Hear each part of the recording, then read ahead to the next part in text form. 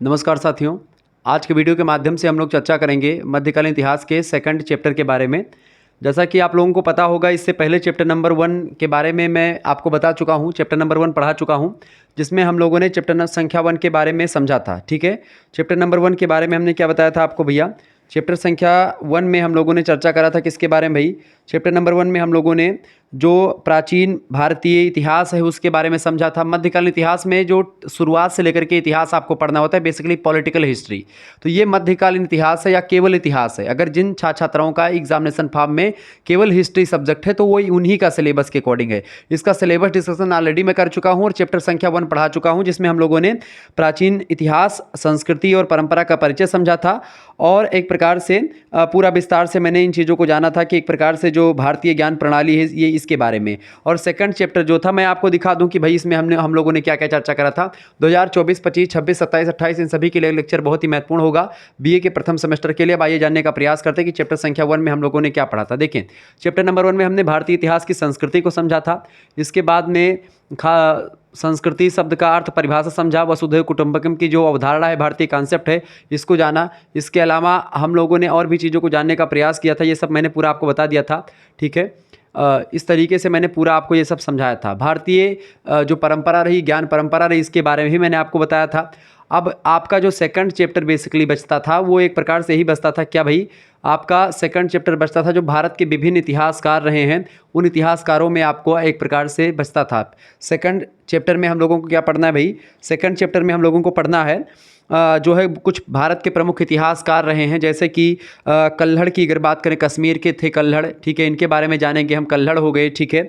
कल्हड़ के अलावा आरसी मजूमदार हो गए, जदनाथ सरकार, बीडी सावरकर, केपी जायसवाल, या इन सब के बारे में जानने का प्रयास करेंगे जो जो इंपॉर्टेंट है।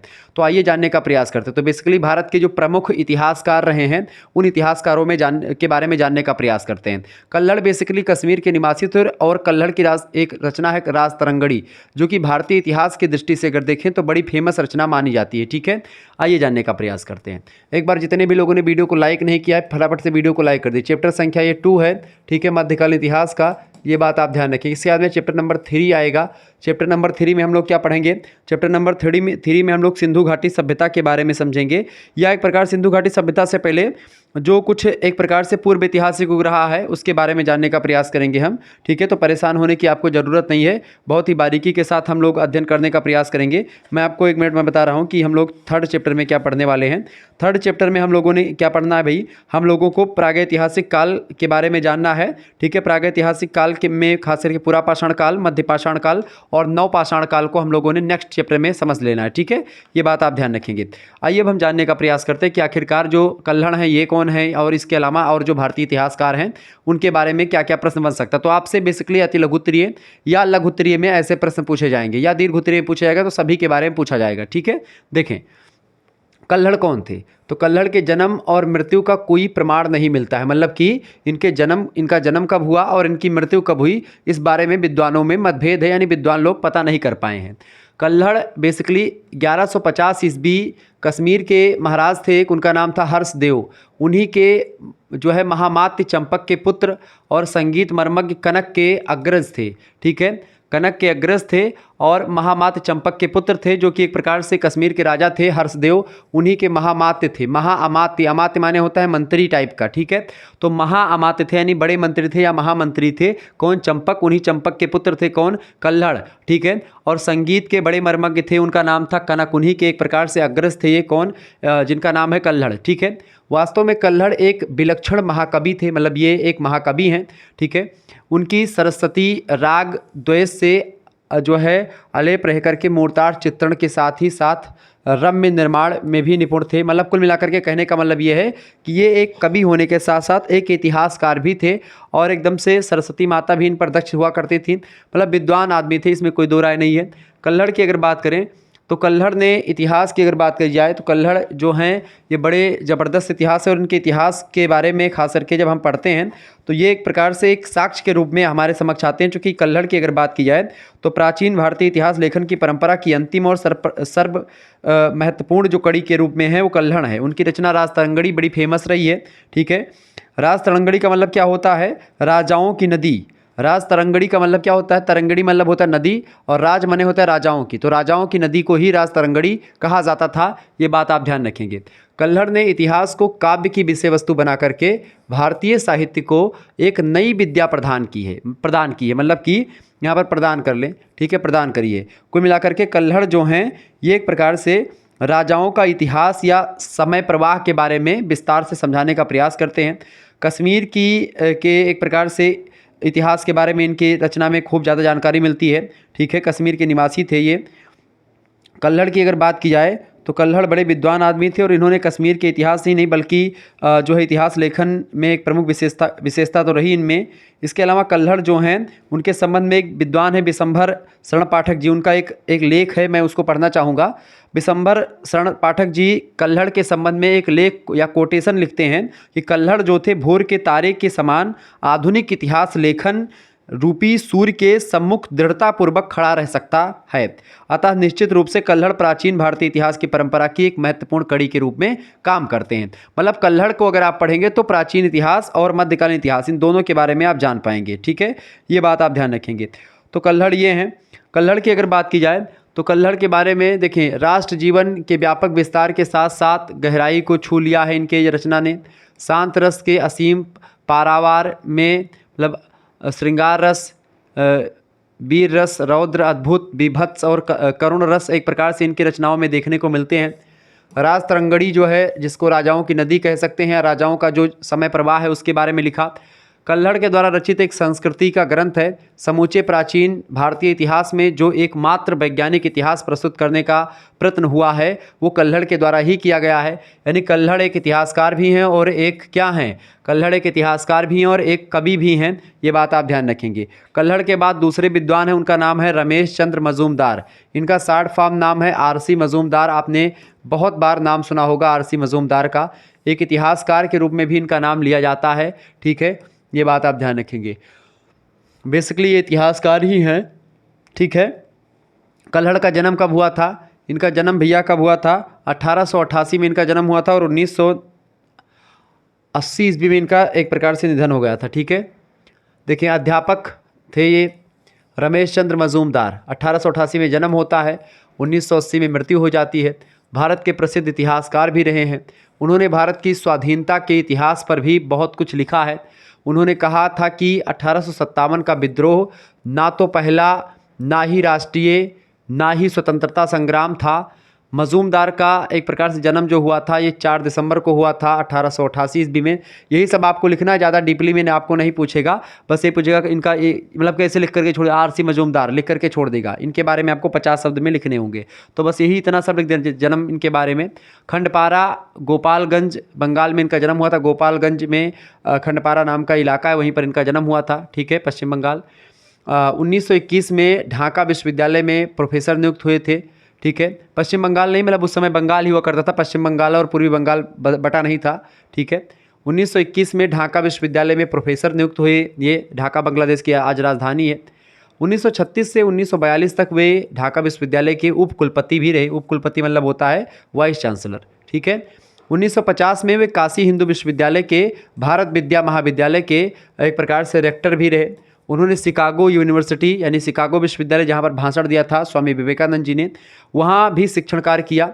यूनेस्को के मानव इतिहास कमीशन के उपाध्यक्ष भी ये रहे, ठीक है। ये बात आप ध्यान रखेंगे। इसके अलावा रामकृष्ण परमहंस तथा स्वामी विवेकानंद के बड़े प्रशंसक भी ये रहे हैं आरसी मजूमदार, ठीक है। ऐतिहासिक व्याख्या अगर इनकी देखें, इतिहास को लेकर के क्या रवैया रहा आरसी मजूमदार का, तो बहुत ही सरल, बहुत ही ज़्यादा है, इसमें आपको डीपली पढ़ना नहीं है, ठीक है। ये बात आप ध्यान रखेंगे। बड़े विद्वान आदमी थे आरसी मजूमदार भी, इतिहासकार नंबर 1 के हैं, ठीक है। आधुनिक इतिहास में इनका बड़ा योगदान रहा है, ठीक है। ये बात आप ध्यान रखेंगे। डॉक्टर मजूमदार ने अपने 10 खंडों में प्रस्तावित history of culture of the Indian people एक रचना है इनकी। ये रचना 10 खंडों में प्रकाशित है। कौन सी रचना? History of culture of the Indian people. इस रचना में एक प्रकार से मतलब ये रचना कितने खंडों में प्रकाशित है? 10 खंडों में प्रस्तावित है या प्रकाशित है, ठीक है। इसके प्रकाशित खंडों में प्रारंभिक काल में एक प्रकार से महमूद आक्रमण तक विवरण दिया गया। महमूद आक्रमण मतलब महमूद गौरी जो है या मोहम्मद गौरी, उसके आक्रमण तक एक प्रकार से वर्णन दिया गया है। स्वतंत्रोत्तर भारतीय इतिहास लेखन में इनका बड़ा महत्वपूर्ण योगदान रहा है, मतलब आधुनिक इतिहासकार रहे हैं ये। आरसी मजूमदार ने भारतीय इतिहास को 3 कालखंडों में या 3 खंड प्राचीन काल मतलब 3 खंडों में बांटा। पहला खंड है प्राचीन काल, जो कि 1000 ईस्वी तक एक प्रकार से रहा शुरुआत से। दूसरा खंड है मध्यकाल। मध्यकाल बेसिकली 1000 ईस्वी से लेकर के 1880 ईस्वी तक का जो समय काल रहा है, ये एक प्रकार से मध्यकाल का दौर रहा इतिहास में। और आधुनिक काल ये 1818 से आगे तक, यानी 1818 यहाँ पर कर लें, 1880 गलत, 1818 से आगे एक प्रकार से इन्होंने बाकी बताया कि भाई 1818 के बाद में जो आया है ये आधुनिक काल आया है। यानी कि 3 खंड हैं इतिहास के, प्राचीन काल, मध्यकाल और आधुनिक काल। ठीक है। मजूमदार की मृत्यु 11 फरवरी को हो गई थी 1980 में। कोलकाता पश्चिम बंगाल में ही इनकी मृत्यु हो जाती है। ठीक है, ये बात आप ध्यान रखेंगे। तो ये थे भैया कौन, इनका नाम था आरसी मजूमदार जी। ठीक है। ऐसे कुछ और इतिहासकार हैं, उनका अगला नाम है जदुनाथ सरकार जी। जदुनाथ सरकार भी एक अच्छे इतिहासकार के रूप में जाने जाते हैं। जदुनाथ सरकार की अगर बात की जाए तो ये भारतीय इतिहासकार हैं। इनका जन्म 10 दिसंबर को हुआ था 1870 ईस्वी को। राजशाही से 80 मील उत्तर पूर्व करचमरिया नाम का एक गांव है, वहीं एक धनाढ्य कायस्थ घराने में इनका जन्म होता है। शिक्षा राजशाही और कलकत्ते में इनकी होती है। जदुनाथ सरकार को एक प्रसिद्ध इतिहासकार के रूप में जाना जाता है। इन्होंने क्या किया कि 1892 ईस्वी में अंग्रेजी साहित्य में एमए एक प्रकार से किया था। अंग्रेजी साहित्य में एमए थे जदुनाथ सरकार। ठीक है। और आरसी मजूमदार की ही तरह जदुनाथ सरकार भी इतिहास में सत्य अन्वेषण के हिमायती थे। उन्होंने कहा था कि मैं इस बात की चिंता नहीं करता कि सत्य प्रिय है या अप्रिय है, आधुनिक घटनाक्रम में सामंजस्य रखता है या नहीं। यदि आवश्यकता हुई तो मैं अपने मित्रों और समाज का उपहास एवं आक्षेप को सत्य का उपदेश देने के लिए धैर्यपूर्वक सहन करूंगा, लेकिन फिर भी मैं सत्य अन्वेषण करूंगा, मतलब कि सत्य का ही खोज करूंगा, सत्य को समझूंगा और सत्य को ही स्वीकार करूंगा। और इतिहासकार बेसिकली ऐसा ही होना चाहिए। ठीक है, ये बात आप ध्यान रखेंगे। 1870 में 10 दिसंबर को इनका जन्म हुआ था। इनके पिता का नाम था राजकुमार और माता का नाम था हरिसुंदरी। बचपन से ही अत्यंत प्रतिभाशाली थे, पढ़े लिखे थे। ठीक है, प्रतिभाशाली थे। इनके पिता प्रबुद्ध जमींदार थे। प्रेसिडेंसी कॉलेज कलकत्ता से 1891 में जदुनाथ सरकार ने इतिहास और अंग्रेजी दोनों में ऑनर्स किया था। ठीक है। 1892 में कलकत्ता विश्वविद्यालय से अंग्रेजी साहित्य में एमए किया। 1898 ईस्वी की बात है। 1898 ईस्वी में इन्होंने प्रेसिडेंसी कॉलेज कलकत्ता में अंग्रेजी के प्रोफेसर बनते हैं। 1899 से 1901 ईस्वी तक पटना कॉलेज के प्रोफेसर रहे। इसी बीच उन्होंने अपना शोध कार्य इंडिया ऑफ द औरंगजेब मतलब इंडिया ऑफ औरंगजेब 1901 में प्रकाशित करवाया। यानी कि एक प्रकार से इनका जीवन जो रहा बड़ा ज़बरदस्त रहा। शुरुआत से ही अमीर घर में पैदा हुए थे। जीवन का अधिकांश समय ग्रंथों के अध्ययन और लेखन में इन्होंने व्यतीत किया जदुनाथ सरकार जी ने। इतिहास और अंग्रेजी के प्रोफेसर के रूप में भी इन्होंने अपनी विशिष्ट सेवाएं प्रदान करी देश को। यदुनाथ सरकार ने मुगल और मराठा इतिहास पर कई ग्रंथ लिखे हैं। इन ग्रंथों की प्रमाणिक सामग्री ने इन्हें ख्याति प्राप्त इतिहासकार बना दिया। मतलब कि इन्होंने जो ग्रंथ लिखे हैं वो चूँकि सत्य पर आधारित थे और सत्यता को इन्होंने छोड़ा नहीं, इसीलिए एक प्रकार से ये बड़े फेमस इतिहासकार के रूप में जाने जाते हैं। जदुनाथ सरकार की अगर बात की तो कोलकाता, पटना और उत्कल, ठीक है, विश्वविद्यालय में इतिहास और अंग्रेजी के प्रोफेसर पद पर काम किया। 1917 ईस्वी में काशी हिंदू विश्वविद्यालय ने BHU बनारस हिंदू यूनिवर्सिटी में इतिहास विभाग के अध्यक्ष भी ये रहे जदुनाथ सरकार। अवकाश प्राप्त करने के बाद में 2 वर्षों तक वे कोलकाता विश्वविद्यालय के अवैतनिक कुलपति भी रहे। इस दौरान ये कभी भी भारत से बाहर नहीं आए और इनकी मृत्यु 15 मई 1958 ईस्वी को जदुनाथ सरकार जो कि इतिहास के बड़े फेमस जो है जानकार रहे हैं, उनकी मृत्यु हो जाती है। ठीक है। जदुनाथ सरकार की अगर बात की तो इनकी रचनाएं हैं जैसे इंडिया ऑफ औरंगजेब, ठीक है, इसके अलावा इट्स टोपोग्राफी इनकी एक रचना है। इसके अलावा स्टैटिक्स एंड रोडस एक रचना है 1901 में प्रकाशित हुई। इस तरीके से इनकी एक रचना है 1909 में प्रकाशित हुई है, इकोनॉमिक्स ऑफ ब्रिटिश इंडिया। इस तरीके से बड़ी रचनाएं इनकी प्रकाशित हुई। तो ये थे जदुनाथ सरकार। ज़्यादा आपको इनके बारे में और जानेंगे तो बड़ा लंबा हो जाएगा। ठीक है, इसलिए थोड़ा सा शॉर्ट फॉर्म में चलने का प्रयास करते हैं। कुल मिलाकर के जदुनाथ सरकार जो हैं ये बड़े फेमस इतिहासकार रहे हैं और आधुनिक इतिहासकार में इनका नाम गिना जाता है। ठीक है। इसके बाद में अगले विद्वान हैं, अगले जो है इतिहासकार हैं BD सावरकर जी। BD सावरकर के बारे में जानने का प्रयास करते हैं। BD सावरकर का नाम आप लोगों ने सुना होगा, विनायक दामोदर सावरकर। 1883 में जन्म होता है 28 मई की डेट को और मृत्यु 1966 ईस्वी में होती है। ठीक है। स्वाधीनता संग्राम सेनानी थे, क्रांतिकारी थे। ठीक है। राष्ट्रवादी थे, पहले सच्चे राष्ट्रवादी थे और बड़े विद्वान आदमी भी थे। बहुत ही एक प्रकार से मतलब डरते नहीं थे जो है और बहुत ही क्रूरता, मतलब एक प्रकार से सब कुछ सहन करने में सक्षम थे। अंग्रेजी भी भर्राटे के साथ बोलते थे। और बीडी सावरकर अभी मूवी आई है, आप देखिएगा, उनके काला पानी की सज़ा भी हुई, कुल मिलाकर के कट्टर थे। बीडी सावरकर की अगर बात की तो वीर सावरकर प्रख्यात राष्ट्रवादी, इतिहासकार, समाज सुधारक एवं भारतीय स्वतंत्रता सेनानी थे। विनायक दामोदर सावरकर का जन्म 28 मई को हुआ था 1883 में। उन्हें प्रायः स्वतंत्र वीर सावरकर के नाम से भी संबोधित किया जाता है। उनके राजनीतिक दर्शन में उपयोगितावाद, तर्कवाद, प्रत्यक्षवाद, मानवतावाद, सार्वभौमिकतावाद या व्यवहारिकता और यथार्थवाद के तत्व आपको मिलेंगे। यानी कि बहुत विद्वान आदमी थे। सावरकर एक कट्टर तर्क बुद्धिवादी व्यक्ति थे, जो सभी धर्मों के रूढ़िवादी विश्वासों का विरोध किया करते थे। यानी ऐसा नहीं है कि केवल ये एक प्रकार से मुसलमान या हिंदू का विरोध, मतलब मुसलमानों का विरोध करते थे, ऐसा नहीं है। ये एक प्रकार से मुसलमानों का साथ बहुत दिए हैं, ठीक है, लेकिन फिर जब हिंदुओं का कोई साथी नहीं था तो इसीलिए हिंदुओं के पक्ष में आकर के हिंदू के एक प्रकार से को लेकर के आगे बात करने लगे। हालांकि एक प्रकार से उस हिंदू का एक परिभाषा ये कहते थे कि जो व्यक्ति सिंधु नदी के इस पार रहता है वो सब हिंदू ही है, ठीक है। 1904 ईस्वी में उन्होंने अभिनव भारत नामक एक क्रांतिकारी संगठन की स्थापना करी। 1905 में बंगाल के विभाजन के बाद उन्होंने पुणे में विदेशी वस्त्र की होली जलाई। इंडियन सोशोलॉजिस्ट और तलवार नामक 2 पत्रिकाएं भी इनके प्रकाशित हुई। अनेक लेख प्रकाशित हुए इनके। 10 मई 1907 को इन्होंने इंडिया हाउस लंदन में प्रथम भारतीय स्वतंत्रता संग्राम की स्वर्ण जयंती मनाई। तो ये हैं वो, ठीक है, डरते नहीं थे किसी से भी। सावरकर के अनुसार, सावरकर कहते मातृभूमि तेरे चरणों में मैं अपना मन अर्पित कर चुका हूँ। देश सेवा में ही ईश्वर सेवा है, यह मानकर मैंने तेरी सेवा के माध्यम से भगवान की सेवा की है। कुल मिलाकर के बीडी सावरकर जो थे वो अपने आप को तन मन धन सब कुछ अर्पण कर देते थे देश प्रेम को लेकर के, मतलब देश पर, ऐसे व्यक्ति थे। 1857 की क्रांति भी आप देखते हैं। विनायक दामोदर सावरकर की अगर बात की जाए तो 1857 का स्वतंत्र समर, काला पानी, हिंदुत्व मेरा आजीवन कारावास, जो है मोपला अर्थात मुझे इससे क्या, और तमाम प्रकार की इनकी रचनाएं जो हैं वो लिखी गई, ठीक है। महाराष्ट्र में इनका जन्म हुआ था। नासिक के निकट एक जगह पड़ती है भगूर नाम की, वहीं पर जन्म हुआ था। माता जी का नाम था इनके राधाबाई, पिताजी का नाम था दामोदर पंत सावरकर। 2 भाई ये थे, एक का नाम था गणेश दामोदर सावरकर बाबा राव, एक का नाम था नारायण, और एक बहन थी इनकी, उनका नाम था नैनाबाई। रामायण महाभारत की कक्षा के साथ साथ विनायक दामोदर सावरकर छत्रपति शिवाजी और राणा प्रताप से बड़ा प्रभावित हुआ करते थे। शिवाजी जयंती और गणेश उत्सव में के मनाए जाने से प्रफुल्लित रहते थे ये, ठीक है। तो बड़े विद्वान आदमी थे, इसमें कोई दो राय नहीं। और ये मतलब एक प्रकार से इनकी जो हिंदुत्व की अवधारणा थी ये एक विशाल थी। 10 नवंबर 1857 को नई दिल्ली में आयोजित भारतीय स्वतंत्रता संग्राम के शताब्दी समारोह में मुख्य वक्ता भी रहे ये, ठीक है। 1949 में पुणे विश्वविद्यालय ने उन्हें डीलिट की उपाधि से अलंकृत किया, ठीक है, इसको हटा दें।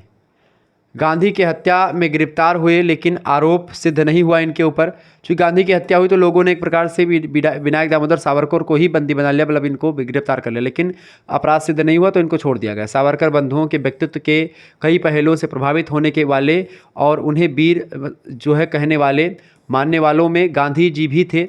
गांधी जी भी उनको वीर सावरकर कहा करते थे। गांधी जी मिलते थे इनसे जा करके। 26 फरवरी 1966 ईस्वी को बम्बई में उन्होंने पार्थिव शरीर छोड़ा, मतलब कि एक प्रकार से परम धाम को प्रस्थान किया, मतलब कि मृत्यु इनकी हो जाती है, ठीक है। ये बात आप ध्यान रखेंगे। एक प्रबुद्ध इतिहासकार के रूप में जाने जाते हैं विनायक दामोदर सावरकर, ठीक है। आगे देखते हैं केपी जायसवाल के बारे में। केपी जायसवाल कौन है भाई?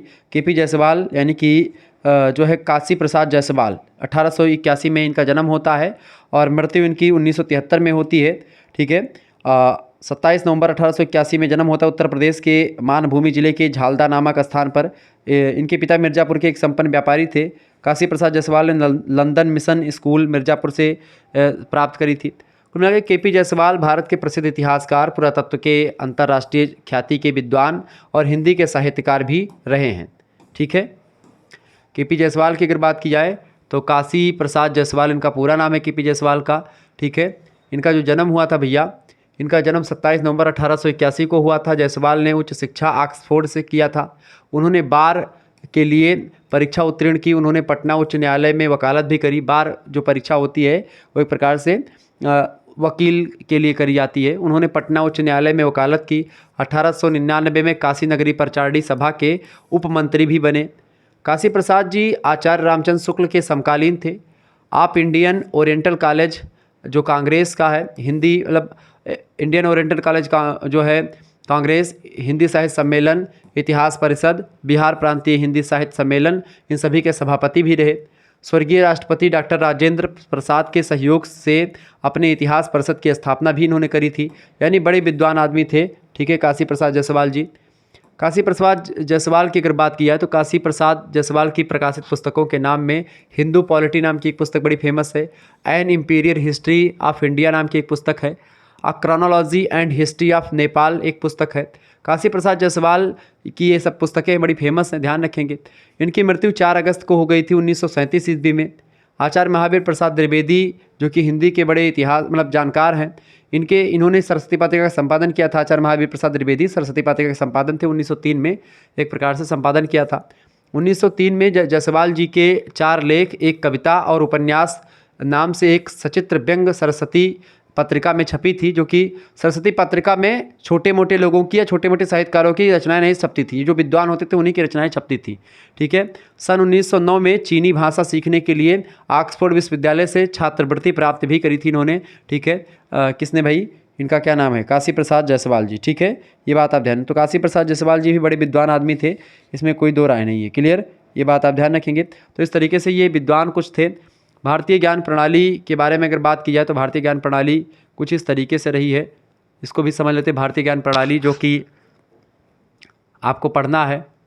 भारतीय ज्ञान प्रणाली, देखिए भारतीय ज्ञान प्रणाली की अगर जब हम बात करते हैं, भारतीय ज्ञान प्रणाली भाषा, कला और संस्कृति विषय का व्याख्यान है। भारतीय ज्ञान परंपरा अद्वितीय ज्ञान और प्रज्ञा का प्रतीक है, जिसमें ज्ञान और विज्ञान, लौकिक और पारलौकिक, कर्म और धर्म, भोग और त्याग, इन सभी का अद्भुत समन्वय है। भारतीय संस्कृति में, भारतीय ज्ञान प्रणाली में सब कुछ है। ठीक है। ऋग्वेद के समय से ही शिक्षा प्रणाली जीवन के नैतिक यानी मोरल, भौतिक यानी फिजिकल, आध्यात्मिक स्पिरिचुअल, बौद्धिक, ठीक है, इन सभी मूल्यों पर केंद्रित होकर के विनम्रता, सत्यता, अनुशासन, आत्मनिर्भरता और सभी के लिए समान जैसे मूल्यों पर जोर देती थी। वेदों में विद्या को मनुष्यता की श्रेष्ठता के आधार पर स्वीकार किया गया था। छात्रों को मानव प्रणाली मतलब प्राणियों एवं प्रकृति के मध्य संतुलन बनाए रखना सिखाया जाता था। कुल मिलाकर के भारतीय जो विद्या प्रणाली है या ज्ञान प्रणाली है, उसमें एक प्रकार से गुरुकुल प्रणाली के विकास था। गुरुकुल शिक्षा हुआ करती थी। गुरुकुल शिक्षा के प्रमुख 4 आधार थे। शिक्षार्थी 18 विद्यार्थी मतलब विद्याओं के बारे में पढ़ते थे। 6 वेदांग के बारे में, 6 वेदांग थे, 6 वेदांगों को जानते थे।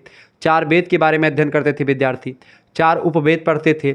मीमांसा न्याय पढ़ते थे। पुराण और धर्मशास्त्र के बारे में जानकारी लेते थे। ठीक है। अर्जुन गुरु के निर्देशन में ब्रह्मचर्य का पालन करते हुए अनुष्ठान पूर्वक अभ्यास का संपादन करते थे, जिससे आजीविका निर्वाहन में कोई परेशानी नहीं होती थी तथा प्रौढ़ावस्था आते आते अपने विषय के में निपुण ज्ञाता बन जाते थे। कुल मिलाकर के कहीं न कहीं पे आप देखेंगे कि जो ये चीज़ें हैं, इन पर आप ज़्यादा मत जाइएगा, इसको याद नहीं करना सारी चीज़ों को। बस ये जाने कि जो भारतीय ज्ञान परंपरा रही है उसमें 4 वेद, 6, 7, 18 पुराण सब पढ़ाए जाते थे आपको विस्तार से, हर एक चीज़ के बारे में। ठीक है। वेद, वेदांग, वेदांत, इन सभी के बारे में आपको पढ़ाया जाता था। अब देखिए, अगर ऑब्जेक्टिव टाइप के कुछ जो क्वेश्चंस हैं आपकी परीक्षा में आ सकने वाले, इनके बारे में मैं आपको बताने का प्रयास करता हूँ। जो है कई प्रश्नों को मैंने इसमें रखा है, तो उन प्रश्नों को जानने का प्रयास करते हैं। ठीक है। तो प्रश्नों को हम जानने का प्रयास करते हैं। कुछ प्रश्न हैं जो कि आपकी परीक्षा की दृष्टि से बहुत ही महत्वपूर्ण हो सकते हैं। पहला क्वेश्चन आपकी स्क्रीन पर आ चुका भैया। पहला प्रश्न है कि इंडिका पुस्तक के लेखक कौन है। सभी लोगों को पता होगा इंडिका पुस्तक किसने लिखी है। इंडिका पुस्तक जो है मेगास्थनीज, जो एक प्रकार से एक सेल्यूकस निकेटर का दूत था, इसी ने लिखा था। मेगास्थनीज की पुस्तक है, विदेशी इतिहासकार है मेगास्थनीज। ठीक है। मेगास्थनीज सेल्यूकस निकेटर जो कि जो है किसका, सेल्यूकस निकेटर जो है ये किसका था भाई। सेल्यूकस निकेटर प्रधानमंत्री या एक प्रकार से महामंत्री हुआ करता था किसका, सिकंदर का। ये जब सिकंदर युद्ध हार जाते हैं और उसके अंदर दोबारा आते हैं, तब एक प्रकार से चंद्रगुप्त मौर्य और कौटिल्य शासन कर रहे होते हैं और गुप्त वंश एक प्रकार मतलब कि मौर्य वंश शुरू हो जाता है और नंद वंश समाप्त हो जाता है। मेगास्थनीज उस समय जब आता है, चूंकि सेलुकस निकेटर की पुत्री जो थी उनका नाम था हेलेना। हेलेना का विवाह हो जाता है किसके साथ? हेलेना का विवाह हो जाता है चंद्रगुप्त मौर्य के साथ, ठीक है। चूंकि चाणक्य के ने करवाया था ताकि दोबारा से युद्ध फिर ना हो, दोबारा आक्रमण ना कर पाए। मान लेते हैं भविष्य में मौर्य वंश में एक प्रकार से वीर पुरुष ना हो, तो ऐसे में वो वीर सुरक्षित रहें। तो सेलुकस निकेटर की पुत्री थी हेलेना, उनका विवाह कर दिया गया। लेकिन हेलेना से और चंद्रगुप्त मौर्य से अगर कोई लड़का होगा तो वो राजा नहीं बनेगा, पहले से डिसाइड हो गया था। तो मेगास्थनीज वो एक प्रकार से एक यात्री था, विद्वान था मेगास्थनीज। ये आया था इंडिका पुस्तक, मतलब ये भारत में आया था, भारत में रहने के लिए, ताकि सेलुकस निकेटर की जो पुत्री थी हेलेना, उनका एक प्रकार से जो खबर है वो उन तक पहुंचाता रहे सेलुकस निकेटर तक। इसीलिए इन्हीं के दरबार में चंद्रगुप्त मौर्य के रहा करता था मेगास्थनीज। यहीं पर रह करके इसने इंडिका नाम की पुस्तक लिखी, जो कि भारतीय इतिहास के बारे में एक बड़ी फेमस पुस्तक मानी जाती है, ठीक है। तो मेगास्थनीज जो है एक प्रकार से इतिहासकार, इसने इंडिका नाम की पुस्तक लिखी। दूसरा प्रश्न है, भारतीय इतिहास ज्ञान का प्राचीनतम स्रोत है। भारतीय इतिहास ज्ञान का प्राचीनतम स्रोत है, इनमें से कौन सा? फटाफट से आप लोग बताने का प्रयास करेंगे। तो ऋग्वेद जो है भारतीय इतिहास ज्ञान का प्राचीनतम स्रोत है, सबसे पुराना ऋग्वेद ही है। ऑप्शन नंबर इसका सी करेक्ट आंसर होगा। अगला क्वेश्चन आप देखेंगे, तीसरा नंबर प्रश्न आपकी स्क्रीन पर आ चुका है, फटाफट से देखने का प्रयास करेंगे। तीसरा क्वेश्चन है, अर्थशास्त्र का लेखक कौन है? तो अर्थशास्त्र आप सभी को पता होगा, कौटिल्य की रचना है अर्थशास्त्र। Option number A correct answer होगा, कौटिल्य माने चाणक्य। अगला क्वेश्चन से चौथा, मृच्छकटिकम की रचना किसने करी? बड़े फेमस प्रश्न है, आपकी परीक्षा में ये प्रश्न लगातार पूछे गए हैं, ये बात आप ध्यान रखेंगे, ठीक है। देखिए, मृच्छकटिकम की रचना किसने करी है? मृच्छकटिकम जो है पुस्तक है, इसकी रचना कौन करी है भाई? शूद्रक ने इसकी रचना करी है। शूद्रक एक विद्वान है। ऑप्शन नंबर इसका बी करेक्ट आंसर होगा। पांचवा क्वेश्चन आप सभी लोग देखिएगा, पांचवा प्रश्न है भैया, विक्रमांक देव चरित। ये बड़ी फेमस पुस्तक है, ये सब इतिहास के बारे में जानकारी देने वाली पुस्तक है। विक्रमांक देव चरित जो पुस्तक है, इसको लिखा है बिल्हड़ ने। किसने लिखा है? बिल्हड़। कल्हड़ ने क्या लिखा है? राज तरंगड़ी लिखा है कल्हड़ ने, ठीक है। लेकिन बिल्हड़ ने क्या लिखा है? विक्रमांक देव चरित लिखा है। ये बात आप ध्यान रखेंगे, ठीक है। आगे देखते हैं, अगला क्वेश्चन आपके स्क्रीन पर आ चुका है, छठा नंबर प्रश्न है, निम्न में से कौन बौद्ध ग्रंथ नहीं है? इनमें से बौद्ध ग्रंथ इनमें से कौन सा नहीं? फटाफट से आप बताएंगे। तो कादम्बरी जो है ये बौद्ध ग्रंथ नहीं है, बाकी दीपवंश, महावंश और मिलिंदपहो ये तीनों बौद्ध ग्रंथ हैं, कादम्बरी बौद्ध ग्रंथ नहीं है। अगला क्वेश्चन आपके स्क्रीन पर आ चुका है, फटाफट से आप लोग देखने का प्रयास करेंगे।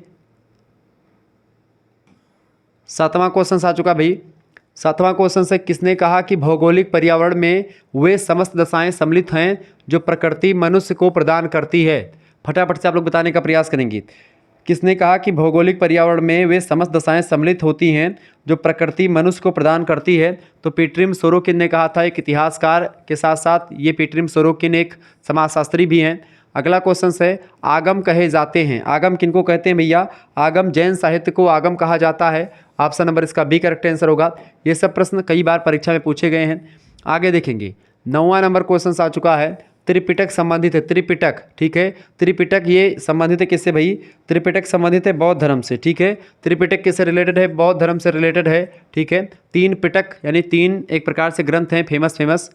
अगला क्वेश्चन 10वां नंबर, गौतम बुद्ध ने अपना उपदेश किस भाषा में दिया था? गौतम बुद्ध की अगर बात की है तो गौतम बुद्ध ने अपना उपदेश पाली भाषा में दिया था। किस भाषा में? पाली भाषा में दिया था। संस्कृत के बाद में सबसे पुरानी भाषा कौन है? संस्कृत, फिर बनी पाली, पाली के बाद में कौन सी? प्राकृत, ठीक है। प्राकृत के बाद में अपभ्रंश, अपभ्रंश के बाद में फिर हिंदी। आगे देखेंगे, अगला क्वेश्चन है 11 नंबर, राज तरंगड़ी के लेखक कौन है? तो कल्हड़ की रचना कौन सी है? राज तरंगड़ी, ठीक है। बिल्हड़ की रचना कौन सी है? विक्रमांक देवचरित। कौन सी रचना है? विक्रमांक देवचरित, ठीक है। विक्रमांक देवचरित, विक्रमांक देवचरित इनकी रचना है। बाणभट्ट की रचना कौन सी है? बाणभट्ट की रचना फटाफट से आप लोग बताने का प्रयास करेंगे। बाणभट्ट और भवभूति की रचनाओं को आप कमेंट करेंगे, बातचीत बिल्कुल भी ना करें। चलें, अगला क्वेश्चन आ चुका है, बेसनगर गरुड़ स्तंभ लेख किसने उत्कीर्ण करवाया था? फटाफट से आप लोग बताने का प्रयास करेंगे। बेसनगर गरुड़ स्तंभ लेख जो है वो किसने उत्कीर्ण करवाया था? तो हेलियोडोरस नाम के एक शासक थे, उन्होंने करवाया था। अगला क्वेश्चन से 13 नंबर, कौन गाथा सप्तशती का लेखक? गाथा सप्तशती एक पुस्तक है, इसको किसने लिखा है? फटाफट से आप लोग बताने का प्रयास करेंगे। गाथा सप्तशती के लेखक कौन है भाई? सभी लोग बताएंगे। गाथा सप्तशती के लेखक कौन है? शालिवाहन, बिल्कुल। हाल या शालिवाहन, हाल कह सकते हैं इनको, या इन्हीं का दूसरा नाम है शालिवाहन, ठीक है। क्या नाम है? शालिवाहन, यहाँ पर लिख सकते हैं शालिवाहन या हाल, इसका ए ऑप्शन करेक्ट आंसर हो। गाथा सप्तशती के लेखक हैं शालिवाहन। नेक्स्ट क्वेश्चन है, अगला प्रश्न आपके स्क्रीन पर आ चुका है। प्रश्न है भैया, निम्नलिखित में से कौन व्याकरण ग्रंथ नहीं है? इनमें से अष्टाध्यायी, महाभाष्य, इंडिका या चंद्र व्याकरण। देखें, अष्टाध्यायी पाणिनि की रचना है। किसकी रचना है? पाणिनि की रचना है, ठीक है। पाणिनि एक प्रकार से बड़े फेमस हैं और एक मतलब कि ये जो है ग्रामर के बड़े फेमस व्यक्ति रहे पाणिनि, ठीक है। महाभाष्य जो है रचना किसकी है? पतंजलि की रचना है। पतंजलि की रचना है, किसकी रचना है भैया? पतंजलि की रचना है महाभाष्य, ठीक है। ये बात आप ध्यान रखेंगे। और चंद्र व्याकरण की अगर बात की है तो ये रचना किसकी है? चंद्र गोविंद नाम के एक विद्वान है, उनकी रचना है। ये रचना किसकी है? चंद्र गोविंद, ठीक है। चंद्र गोविंद नाम के एक विद्वान है, उनकी रचना है। चंद्र गोविंद नाम के विद्वान की रचना है चंद्र व्याकरण। तो व्याकरण और अष्टाध्यायी और महाभाष्य ये तीनों एक प्रकार से रचना व्याकरण ग्रंथ हैं। जबकि इंडिका पुस्तक जो है ये मेगस्थनीज ने लिखा है और एक इतिहास ग्रंथ है, मेगस्थनीज, ठीक है। इंडिका पुस्तक लिखा है मेगस्थनीज ने। पहला प्रश्न यही था, मेगस्थनीज, ठीक है। आगे देखते हैं। 15 नंबर क्वेश्चन आपकी स्क्रीन पर आ चुका है। जातक कथाएं किस धर्म से संबंधित हैं? तो जातक कथाएं बौद्ध धर्म से रिलेटेड हैं, सी ऑप्शन करेक्ट आंसर होगा। 16 नंबर क्वेश्चन है, रामायण का लेखक कौन था? फटाफट से आप बताएंगे। रामायण के लेखक देखिए, तुलसीदास ने रामचरितमानस लिखा है। आप लोग भ्रमित हो जाते हैं, रामचरितमानस लिखा है किसने? तुलसीदास जी ने क्या लिखा? रामचरितमानस लिखा है, ठीक है। रामचरितमानस लिखा है तुलसीदास जी ने, ना कि रामायण लिखा है, ठीक है। कंबन एक प्रकार से कंबन ने भी रामायण लिखा है, लेकिन कंबन ने रामायण लिखा है अलग तरीके का, ठीक है। ये संस्कृत भाषा वाला रामायण नहीं, रामायण इन्होंने लिखा है लेकिन इनके रामायण का दूसरा नाम है, ठीक है। दक्षिण भारत में रामायण इन्होंने भी लिखा है, यानी कि ये सब राम से ही रिलेटेड हैं। व्यास जी ने एक प्रकार से क्या लिखा? महाभारत नामक महाकाव्य लिखा, महाभारत लिखा है, ठीक है। महाभारत, यहाँ पर रामायण काट दीजिएगा, रामायण इनका दूसरा ग्रंथ है कंबन का भी एक रामायण है, दक्षिण भारत के एक प्रकार से विद्वान है। वाल्मीकि का रामायण जो है यही एक प्रकार से रामायण के रचयिता कौन है? रामायण के रचयिता कौन है? रामायण के रचयिता है वाल्मीकि जी। तो ऑप्शन नंबर इसका क्या लगेगा? बी ऑप्शन लगेगा। वाल्मीकि एक प्रकार से उन्होंने रामायण की रचना करी है। ये सब प्राचीन इतिहास के बारे में जानकारी देते हैं, ठीक है। अगला क्वेश्चन आपके स्क्रीन पर आ चुका है। बुद्ध चरित के लेखक कौन है? फटाफट से आप लोग बताने का प्रयास करें, बहुत ही फेमस प्रश्न है परीक्षा की दृष्टि से। बुद्ध चरित के लेखक कौन है? बुद्ध चरित को लिखा किसने भाई? अश्वघोष, ठीक है। अश्वघोष नाम के विद्वान ने बुद्ध चरित पुस्तक के बारे में लिखा है। कालिदास की रचना कौन सी? अभिज्ञान शकुंतलम, मेघदूतम अभिज्ञान शकुंतलम में रचना किसकी है? बुद्ध एक प्रकार से किसकी रचना है भाई? कालिदास की रचना है मेघदूतम, और इसके अलावा अभिज्ञान शकुंतलम, ठीक है। अगला क्वेश्चन से 18 नंबर, निम्नलिखित में से कौन जैन धर्म का प्रथम तीर्थंकर था? जैन धर्म के प्रथम तीर्थंकर कौन थे भैया? ऋषभदेव, बिल्कुल राइट आंसर आपका है। Rishabhdev is right answer, C option इसका राइट आंसर होगा। महावीर स्वामी जो है 23वें तीर्थंकर थे, 24वें 23वें, ठीक है। अगला 19 नंबर क्वेश्चन आपके स्क्रीन पर आ चुका है, फटाफट से आप लोग देखने का प्रयास करेंगे। वैदिक आर्य, 19 नंबर, वैदिक आर्य किस देवता की पूजा नहीं करते थे? वैदिक आर्य जो थे किस देवता की पूजा नहीं करते थे भैया? देखिए, इंद्र, वरुण और मरुत इनकी पूजा करते थे, पशुपति की पूजा नहीं करते थे। Option number B correct answer होगा। अगला क्वेश्चन 20 नंबर, निम्नलिखित में से स्मृति ग्रंथों में कौन सबसे प्राचीन ग्रंथ है? स्मृति ग्रंथों में सबसे प्राचीन जो है इनमें से वो मनुस्मृति सबसे प्राचीन है, ठीक है। बाकी स्मृतियाँ थोड़ी सी इससे आधुनिक हैं। आगे देखेंगे, अगला क्वेश्चन आपकी स्क्रीन पर आ चुका है, फटाफट से देखने का प्रयास करेंगे। 21 नंबर क्वेश्चन से भाई, 21 नंबर क्वेश्चन आ चुका है, सभी लोग देखेंगे। किसे आदि कवि माना जाता है? कालिदास को, वाल्मीकि को, भारवी को या कल्हड़ को? फटाफट से आप बताएंगे। आदि कवि किसको मानते भाई? आदि कवि वाल्मीकि को माना जाता है, आदि कवि। ऑप्शन नंबर इसका सी करेक्ट आंसर होगा। 22 नंबर क्वेश्चन से, Periplus of the Erythraean Shri, ये पुस्तक बड़ी फेमस है और लगातार परीक्षा में प्रश्न पूछा गया, इसके लेखक कौन है? बताएं। Periplus of the Erythraean Shri पुस्तक के लेखक कौन है? तो इस पुस्तक को किसने लिखा है भाई? फटाफट से आप बताएंगे। इस पुस्तक का एक प्रकार से जो लेखक है, एक अज्ञात यूनानी लेखक है जो कि नाबिक था, उसने लिखा है। एक अज्ञात यूनानी लेखक नाबिक। ऑप्शन नंबर इसका बी करेक्ट आंसर होगा। अगला प्रश्न आपकी स्क्रीन पर आ चुका है, 23 नंबर क्वेश्चन है, महाभारत का लेखक कौन था? देखिए, पतंजलि की रचना है कौन? पाणिनि की रचना कौन सी है? अष्टाध्यायी पाणिनि की रचना है, ठीक है। अष्टाध्यायी इनकी रचना है, ठीक है। पतंजलि की रचना महाभाष्य से है, ठीक है। व्यास जी की ने महाभारत लिखा, ठीक है। महाभारत यही पूछा गया तो करेक्ट आंसर। कालिदास की अभिज्ञान शकुंतलम में एक दूतम है, तो इनका नहीं, तो यानी करेक्ट आंसर क्या? डी ऑप्शन इसका। 24 नंबर क्वेश्चन से, नीति सार की रचना किसने करी है? देखिए, नीति सार की रचना की अगर बात की जाए तो कामंदक नाम के एक ऋषि थे, उन्होंने भी मतलब कि नीति सार की रचना करी है। ऑप्शन नंबर इसका सी करेक्ट आंसर हो जाएगा। अगला क्वेश्चन आ चुका है, 25 नंबर प्रश्न आप देखेंगे। 25 नंबर क्वेश्चन आपके स्क्रीन पर आ चुका है, निम्नलिखित में से कौन मनुस्मृति पर लिखी गई टीका के लिए प्रसिद्ध हैं? बताएं। मनुस्मृति पर लिखी गई टीका के लिए कौन प्रसिद्ध है? इनमें से मनुस्मृति पर लिखी गई टीका के लिए कौन प्रसिद्ध हैं? फटाफट से आप लोग बताने का प्रयास करेंगे। इनमें से मनुस्मृति पर लिखी गई टीका के लिए प्रसिद्ध हैं मेधातिथि, ठीक है। मेधातिथि, ऑप्शन नंबर इसका बी करेक्ट आंसर होगा। 26 नंबर क्वेश्चन है, नारद स्मृति के टीकाकार कौन है? नारद स्मृति के टीकाकार है असहाय। ऑप्शन नंबर इसका ए करेक्ट आंसर होगा। आगे देखते हैं, अगला क्वेश्चन आ चुका है, 27 नंबर प्रश्न आप देखेंगे, फटाफट से आप देखेंगे। निम्नलिखित में से व्रतों में से निम्नलिखित व्रतों में से कौन सा एक महावीर ने एक प्रकार से जोड़ा था? महावीर ने कौन सा व्रत जोड़ा था भैया? ब्रह्मचर्य व्रत जोड़ा था। ठीक है, तो ऑप्शन नंबर यहाँ पर डी में दिया है ब्रह्मचर्य। ऑप्शन नंबर यहाँ पर डी में दिया है ब्रह्मचर्य व्रत। ठीक है, यहाँ पर आप कर लें ब्रह्मचर्य। चले, डी ऑप्शन। ठीक है,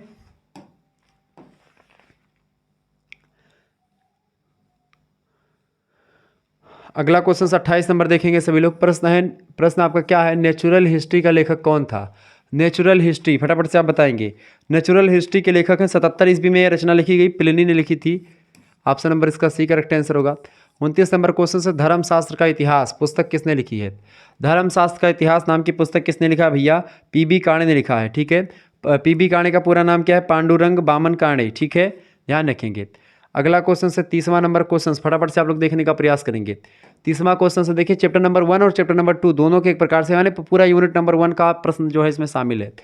30 प्रश्न, प्रतिमा नाटक के लेखक कौन थे? बताएं, प्रतिमा नाटक के लेखक कौन है भाई? प्रतिमा नाटक के लेखक है महाकवि भास। ऑप्शन नंबर इसका सी करेक्ट आंसर होगा। 21 नंबर क्वेश्चन से मालती माधव के लेखक कौन थे? मालती माधव के लेखक कौन थे?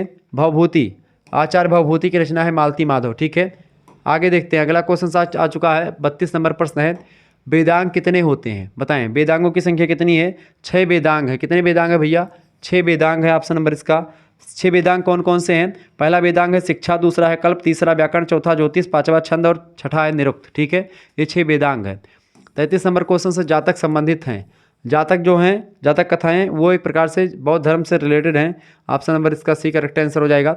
इस तरीके से आप लोगों ने सेकंड चैप्टर भी देख लिया। ठीक है, अगर आपको एक प्रकार से इन सभी की पीडीएफ वगैरह चाहिए या कोर्स एक प्रकार से आपको लेना है, हिंदी का भी कोर्स आपको चाहिए, तो आप एक प्रकार से हिंदी का कोर्स या सभी सब्जेक्ट का कोर्स जो होगा, आप कोई भी सब्जेक्ट है, आप पीडीएफ नोट्स वगैरह सब पाना चाहते हैं, आप हमसे डायरेक्ट जुड़ना चाहते हैं, तो इसके लिए एक व्यवस्था करी गई आपके लिए। आप SMS करें 9161, ठीक है, 93 60 62 पर। 9161 93 60 62 ये मेरा व्हाट्सअप नंबर है। इस पर आप लोगों को SMS करना है 9161 93 60 62 पर।